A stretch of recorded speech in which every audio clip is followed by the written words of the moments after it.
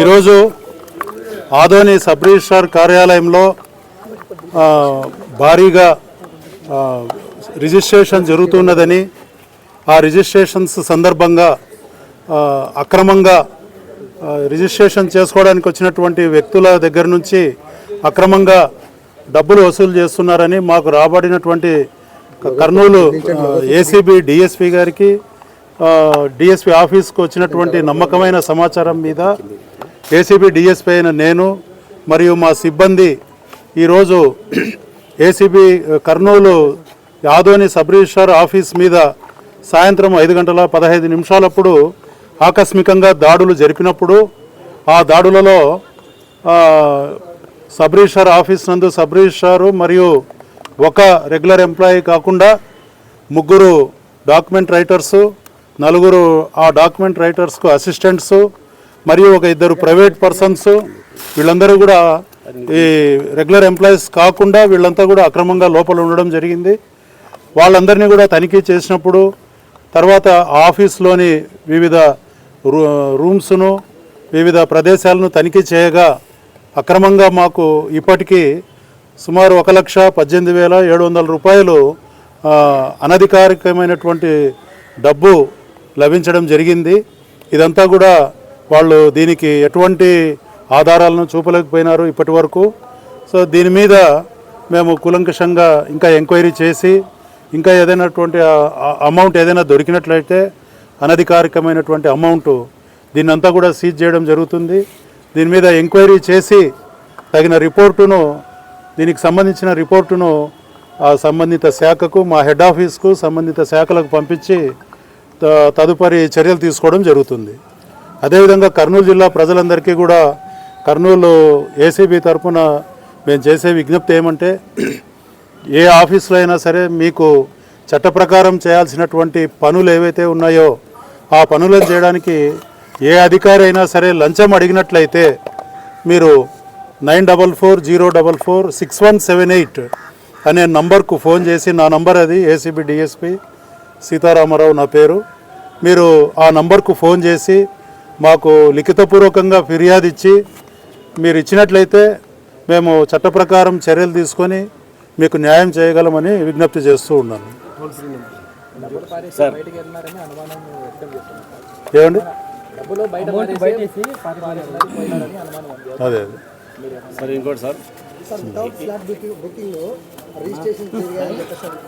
అన్నీ వెరిఫై చేస్తామండి. అవన్నీ కూడా ఎంక్వైరీలో భాగంగా ఏ అక్రమాలు జరిగాయో అవన్నీ కూడా వెలికి తీసి దాని మీద రిపోర్ట్ పంపించడం జరుగుతుంది.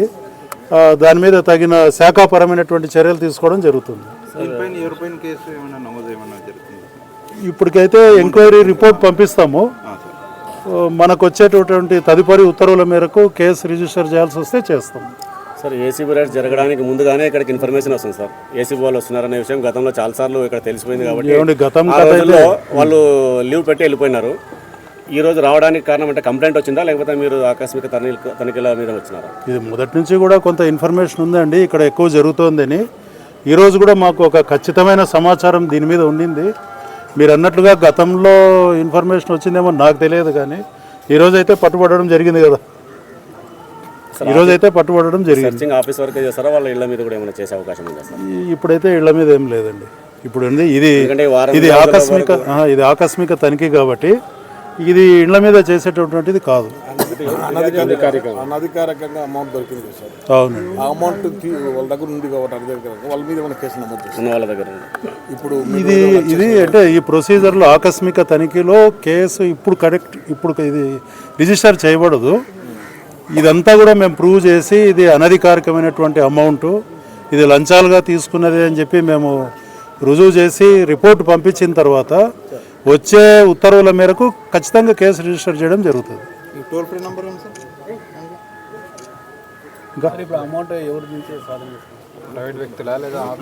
ప్రైవేట్ పర్సన్స్ ఉన్నారు. తర్వాత ఈ గదుల్లో